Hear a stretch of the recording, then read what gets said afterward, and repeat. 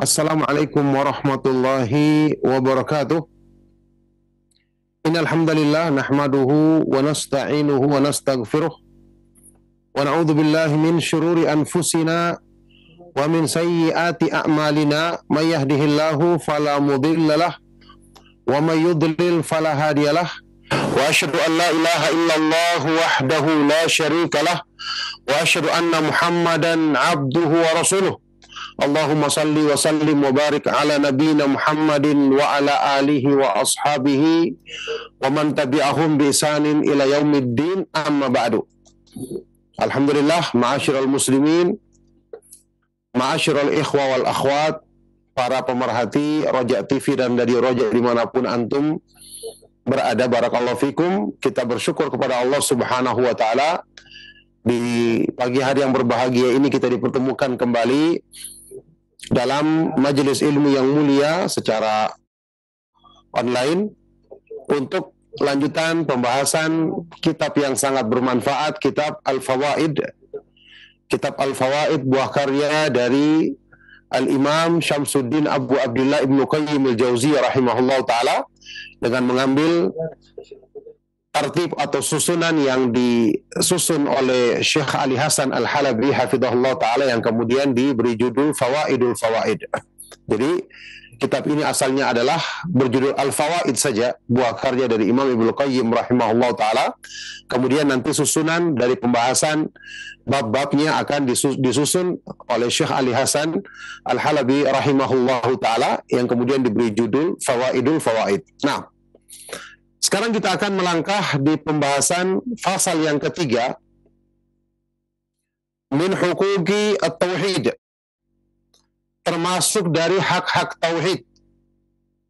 Masih pembahasan tentang hal-hal yang berhubungan dengan akidah dan tauhid. Di fasal yang ketiga ada satu pembahasan yang menarik yang dicantumkan oleh Imam Ibnu Qayyim rahimahullah ta'ala dalam kitab beliau ini. Jadi hak tauhid, bagaimana kita seharusnya bersikap di hadapan Allah Subhanahu wa ta'ala, yang akan diterangkan dalam pembahasan ini. Imam Ibnu Qayyim rahimahullah ta'ala berkata, tuba liman ansafa rabbahu fa'aqarra lahu bil jahli fi ilmihi wal afati fi amalihi wal uyubi fi nafsihi wattafriti fi haqqihi wa dhulmi fi muamalatihi. Beruntunglah seorang hamba yang bersikap insaf, yang bersikap adil di hadapan Rabb-Nya, di hadapan Allah Subhanahu wa ta'ala. Yaitu hamba ini mengakui dirinya sendiri penuh dengan kejahilan, ketidaktahuan dalam ilmunya, penuh dengan kebodohan dalam ilmunya, kemudian banyak cacat dalam amal-amal yang dilakukannya, kemudian banyak kekurangan pada dirinya, banyak lalai dalam menunaikan hak Allah, dan banyak berbuat zalim dalam bersikap di hadapannya. Ini salah satu di antara penghambaan diri yang sejati, adalah diwujudkan dengan sikap ini. Seorang hamba yang selalu menganggap dirinya penuh dengan kejahilan, penuh dengan amal-amal yang tidak sempurna, banyak kekurangan, kelalaian dalam menunaikan hak Allah, dalam banyak kezaliman dalam bermuamalah, bersikap di hadapannya. Sebaliknya, setelah itu dia mengakui semua keagungan, semua karunia, semua kebaikan ada di tangan Allah Subhanahu wa ta'ala, maka senantiasa hamba ini selalu dalam keadaan fakir, miskin, dan selalu butuh kepada rahmat Allah Subhanahu wa ta'ala. Senantiasa Allah Subhanahu wa ta'ala selalu melimpahkan karunia kepadanya, sementara dia selalu kurang dalam mensyukuri nikmat Allah tersebut. Allah Subhanahu wa ta'ala berfirman dalam Al-Quran, a'udzubillahi minasyaitonir rajim, ya ayyuhan nasu antumul fuqara'u ilallahi wallahu huwal ghaniyul hamid. Wahai sekalian manusia, kalian adalah makhluk-makhluk yang selalu butuh, miskin, butuh kepada rahmat Allah, dan Allah Subhanahu wa taala dialah yang maha kaya lagi maha terpuji.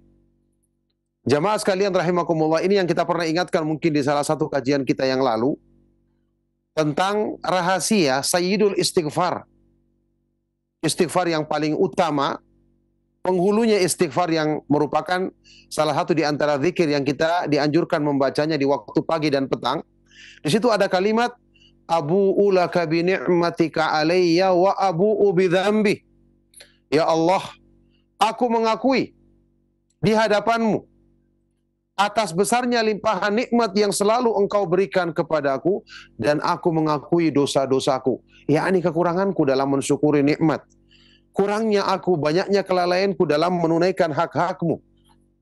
Ini dikatakan beruntunglah orang yang selalu menanamkan sikap ini dalam dirinya. Baik.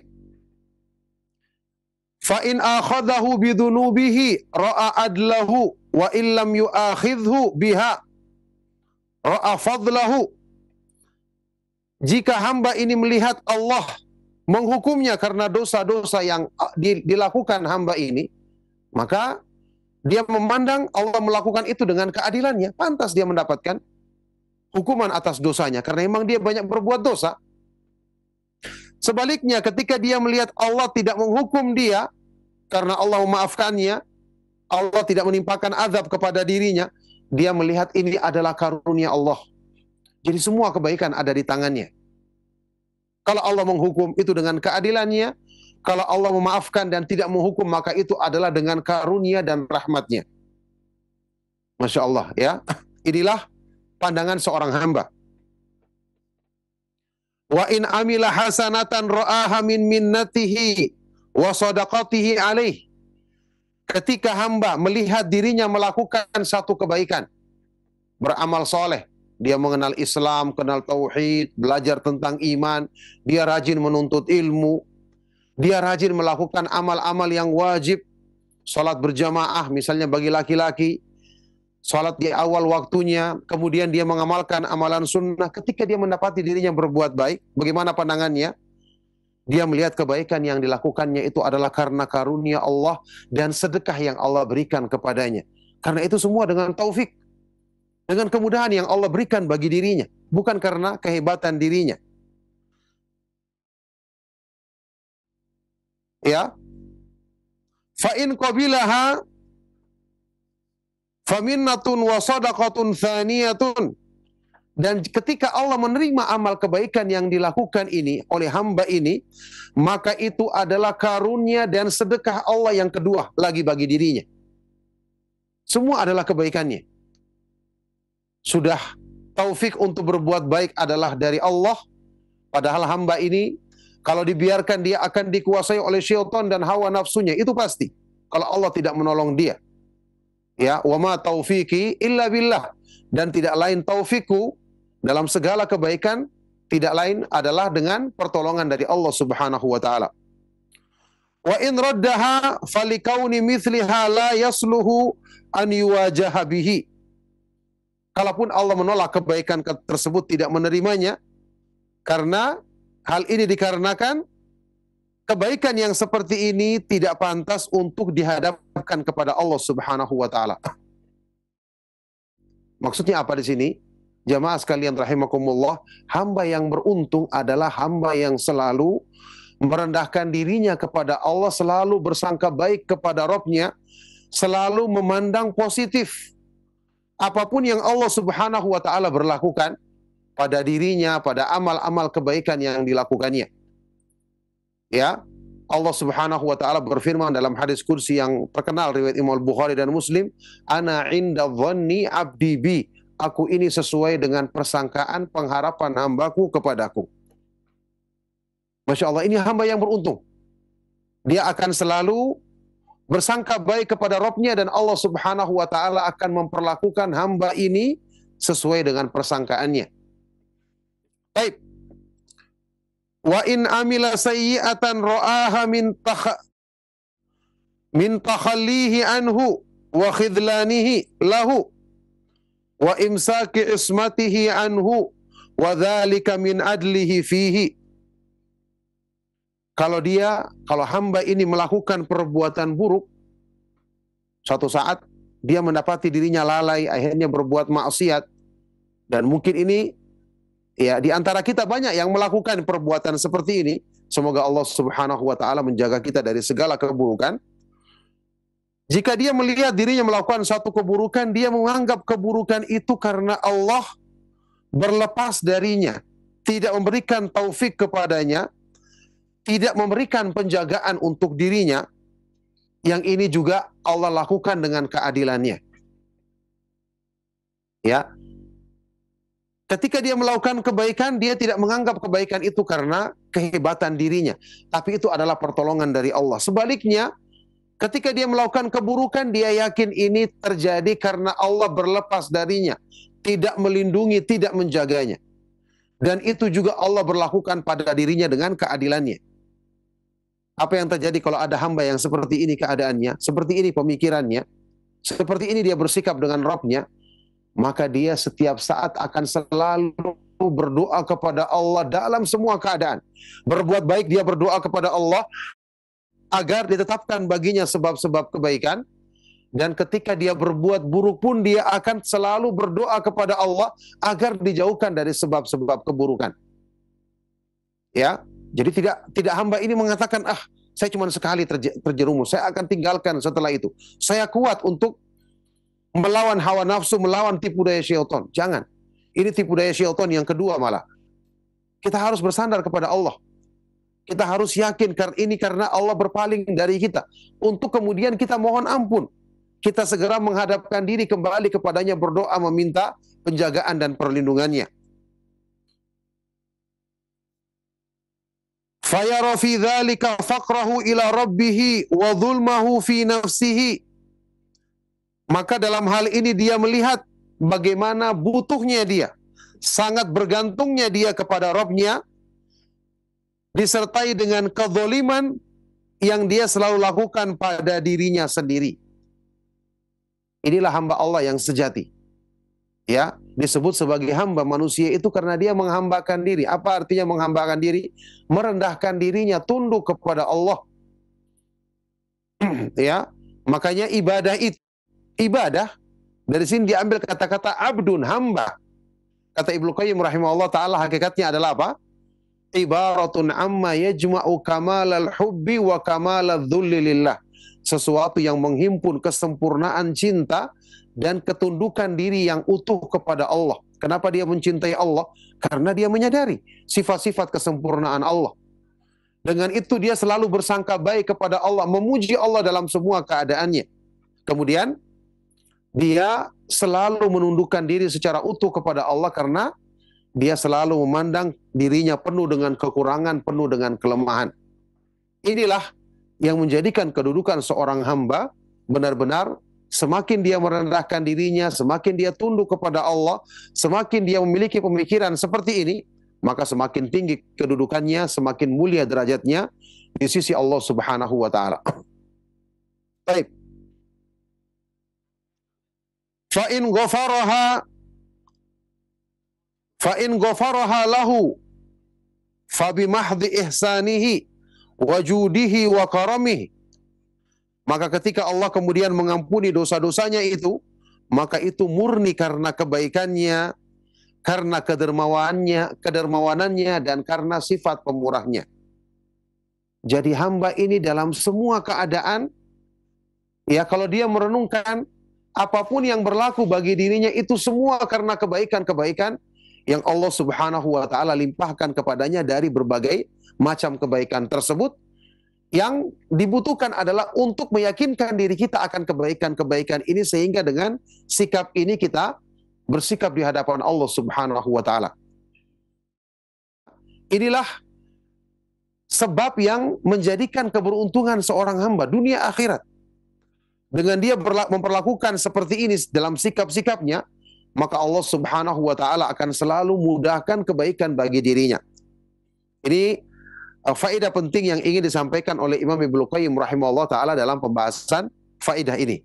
Kata beliau di sini, kesimpulan, wa nuqtatul mas'alati wa sirruha, poin penting masalah ini dan intinya, ya, rahasianya, annahu la yara rabbahu illa muhsinan wa la yara nafsahu illa musian au mufritan au muqsiran au muqassiran.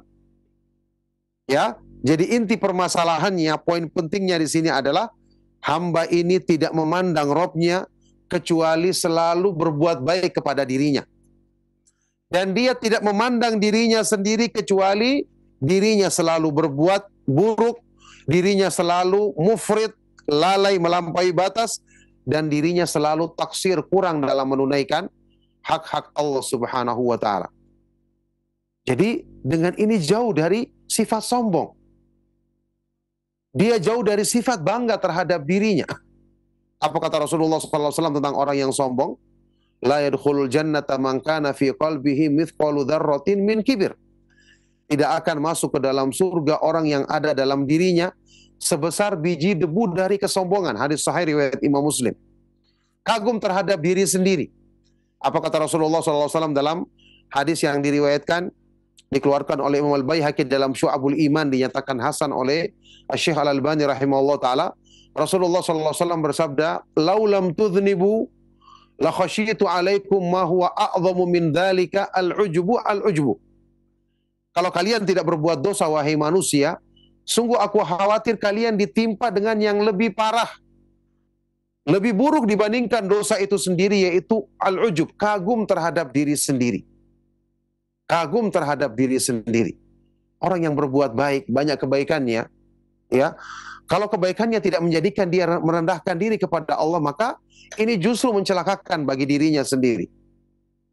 Ya, kata Imam Az-Zahabi rahimahullah ta'ala, la aflaha wallahi man zakka nafsahu au a'jabathu, sungguh tidak akan beruntung demi Allah orang yang menganggap dirinya suci atau kagum terhadap dirinya sendiri.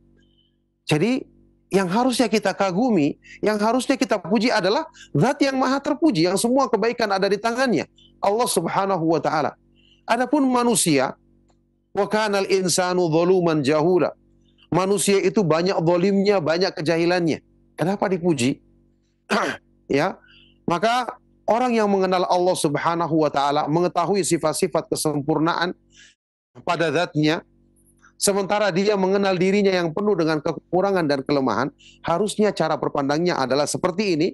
Dia tidak memandang Robnya kecuali selalu berbuat kebaikan pada dirinya, dan dia tidak memandang dirinya sendiri kecuali selalu penuh dengan kesalahan, kekurangan, dan kezaliman terhadap dalam menunaikan hak-hak Allah Subhanahu wa ta'ala. Maka seperti inilah cara kita berpandangan dengan pandangan yang benar, yang menjadi sebab Allah Subhanahu wa ta'ala akan memuliakan kita. Baik.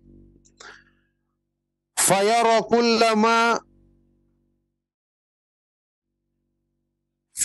kullama yasurruhu min fadli rabbih alaihi wa ihsanihi ilaihi wa kullama yasu'uhu min dunubihi wa adlillahi fihi.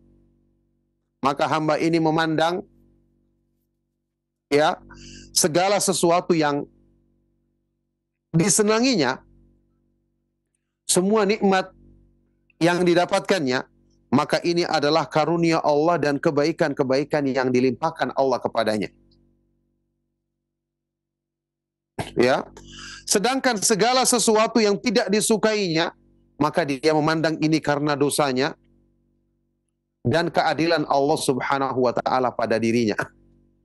Allah Subhanahu wa ta'ala memang karena kesempurnaan sifat-sifatnya, yang namanya keburukan tidak dinisbatkan kepada Allah. Meskipun kita sudah meyakini dalam ketentuan takdir Allah semua keburukan, ya, semua perbuatan-perbuatan apapun yang terjadi, keadaan apapun yang terjadi, itu semua dengan takdir Allah.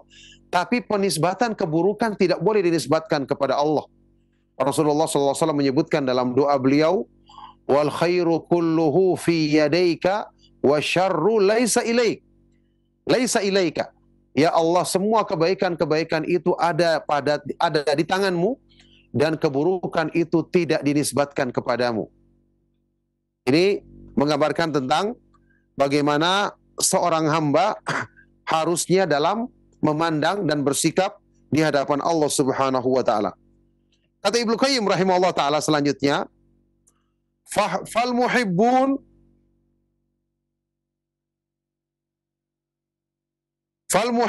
idza kharubat manazilu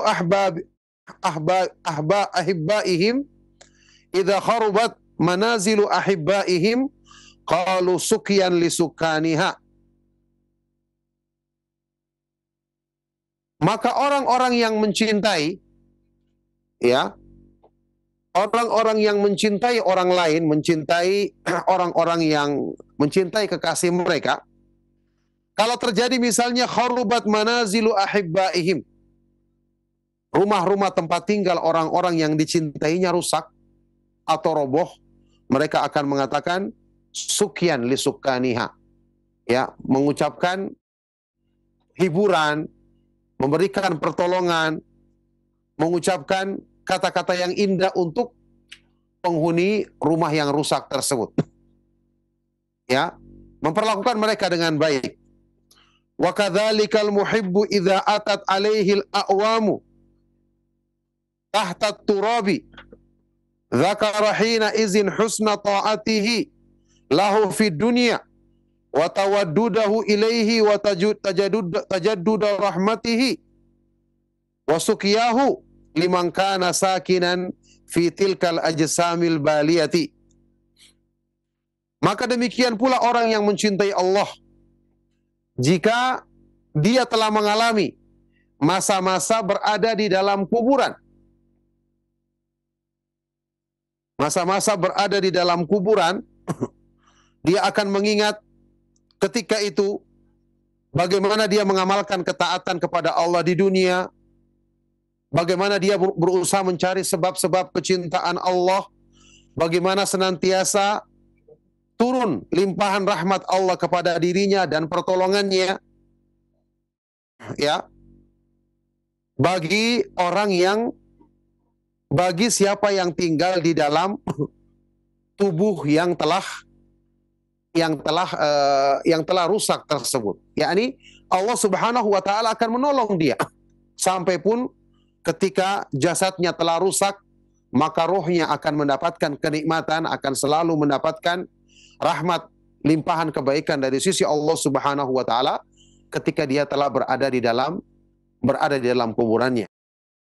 Nah, jadi seperti itulah gambaran keadaan balasan yang Allah Subhanahu wa taala berikan kepada seorang hamba ketika di dunia dia selalu bersikap dengan baik kepada Allah Subhanahu wa taala, bersangka baik kepada Allah, menisbatkan segala kebaikan apapun keadaan yang dia rasakan, ya, dia selalu berpengharapan baik, bersangka baik kepada Allah Subhanahu wa taala, ya. Kemudian segala keburukan-keburukan dia nisbatkan kepada dirinya sendiri. Ketika dia mendapatkan kebaikan, dia mengatakan ini karena ihsan, kebaikan yang Allah mudahkan baginya. Sebaliknya ketika dia mendapatkan keburukan-keburukan, dia akan mengatakan ini karena dosa-dosa yang dilakukannya, dan itu pun Allah Subhanahu wa taala berikan itu sesuai dengan sifat keadilannya, keadilan yang maha sempurna. Maka ini satu faedah yang sangat berharga sekali dari penjelasan Imam Ibnu Qayyim rahimahullah taala, dan ini termasuk sikap yang merupakan wujud seorang hamba yang mengenal tauhid dengan benar, beriman dengan benar kepada Allah Subhanahu wa taala, ya. Kita ingat pengharapan-pengharapan yang seperti ini justru yang akan menjadi sebab keselamatan seorang hamba ketika menghadap Allah Subhanahu wa taala pada hari kiamat nanti. Pernah saya menyebutkan sebuah hadis Rasulullah Shallallahu alaihi wasallam tentang seorang sahabat yang dijenguk oleh Rasulullah Shallallahu alaihi wasallam dalam kondisi sakit keras. Rasulullah sallallahu alaihi wasallam ketika menanyakan, apa yang kamu rasakan? Sahabat ini mengatakan, innila arjullaha wa akhafu dhunubi. Sungguh aku mengharapkan rahmat Allah, mengharapkan kebaikan dari sisinya, dan takut akan banyaknya dosa-dosaku.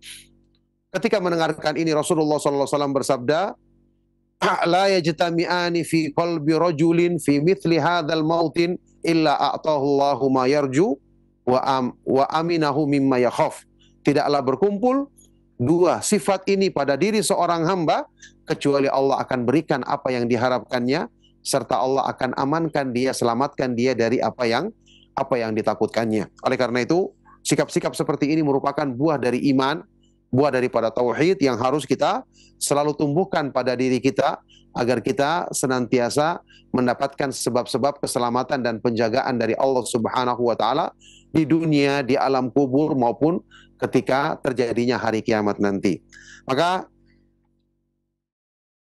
ma'asyiral muslimin, ikhwan dan akhwat fiddin, para pemerhati dan pendengar setia Roja TV dan Radio Roja dimanapun antum berada, demikianlah faedah dari kitab Al-Fawaid yang ditulis oleh Imam Ibnu Qayyim rahimahullah ta'ala yang bisa kami sampaikan di kesempatan pagi hari ini. Semoga bermanfaat dan bisa menjadi pelajaran penting bagi kita semua untuk lebih banyak mengamalkan konsekuensi dari tauhid dan keimanan kita kepada Allah Subhanahu wa taala. Demikian, semoga bermanfaat. Mohon maaf atas segala yang salah dan kurang. Kami cukupkan. Sallallahu wasallam wa barak ala nabiyyina Muhammad wa ala alihi wa ashabihi wa man tabi'ahum bi ihsanin ila yaumiddin walhamdulillahi rabbil alamin.